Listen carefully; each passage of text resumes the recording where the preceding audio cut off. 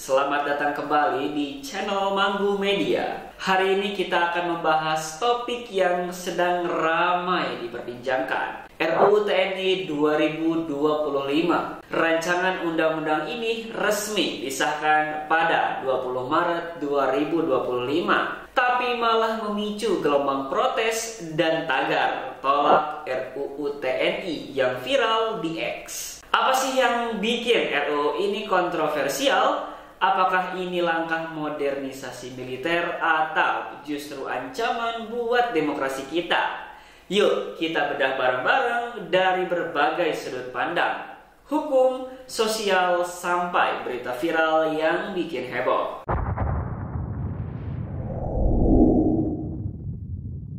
Rancangan Undang-Undang TNI adalah revisi dari Undang-Undang Nomor 34 Tahun 2004 tentang Tentara Nasional Indonesia.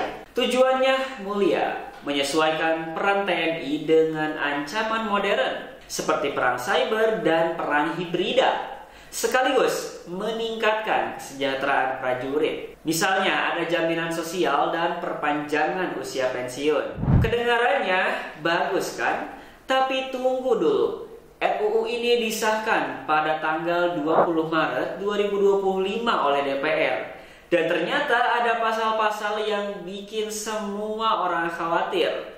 Apa itu? Sabar. Kalian yang belum subscribe channel Manggu, subscribe dulu, karena subscribe itu gratis. Dan yuk kita bahas satu persatu. Dari sisi hukum, rancangan undang-undang ini punya beberapa pasal yang jadi sorotan. Pertama, pasal 47, di mana pasal ini memperluas jumlah institusi sipil yang bisa diisi oleh prajurit aktif dari 10 menjadi 16. Bayangkan, sekarang TNI bisa menduduki jabatan di Kementerian Kelautan, BNPT, bahkan Kejaksaan Agung. Kemudian pasal yang kedua ada pasal 53 yang memperpanjang usia pensiun prajurit. Tamtama sampai 56 tahun, kolonel 59, bahkan peran fungsional bisa sampai 65 tahun tergantung presiden. Nah, ini nih yang bikin para ahli hukum dan akademisi geleng-geleng kepala.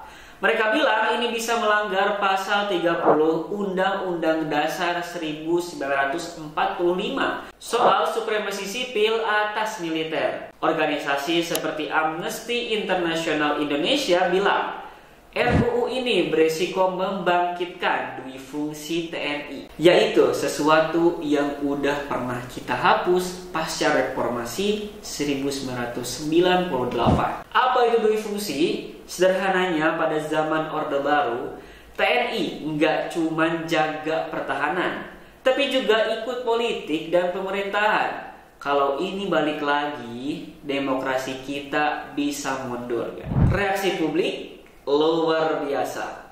Tagar tolak RUU TNI jadi viral di X dengan ribuan orang posting kekhawatiran mereka. Misalnya akun @integritea bilang militer bisa ambil alih bisnis. Ada juga dari @mythicalforest yang bilang takut prajurit aktif jadi menteri, gantikan pejabat sipil. Ada juga dari @filsuf sesat, bahkan khawatir kebebasan seni dan jurnalisme dibatasi. Pas pengesahan pada 20 Maret 2025, demo besar-besaran terjadi di depan DPR. Tapi DPR tetap lanjut dengan 293 suara. Organisasi masyarakat sipil kayak Kontras dan YLBHI juga ikut protes keras. Mereka bilang RUU ini nggak perlu karena undang-undang lama masih cukup buat TNI profesional.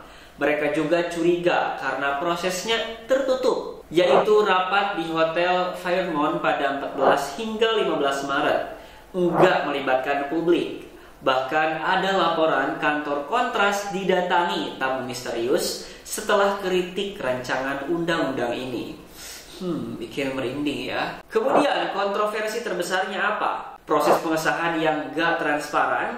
Rapat panja di Hotel Fairmont dilakukan sembunyi-sembunyi, padahal Undang-Undang Nomor 12 Tahun 2011 bilang publik harus dilibatkan. ICW bilang cara begini bisa melahirkan undang-undang yang bermasalah, kayak undang-undang cipta kerja dulu. Di @grok sebut pengesahan ini Kamis hitam buat demokrasi.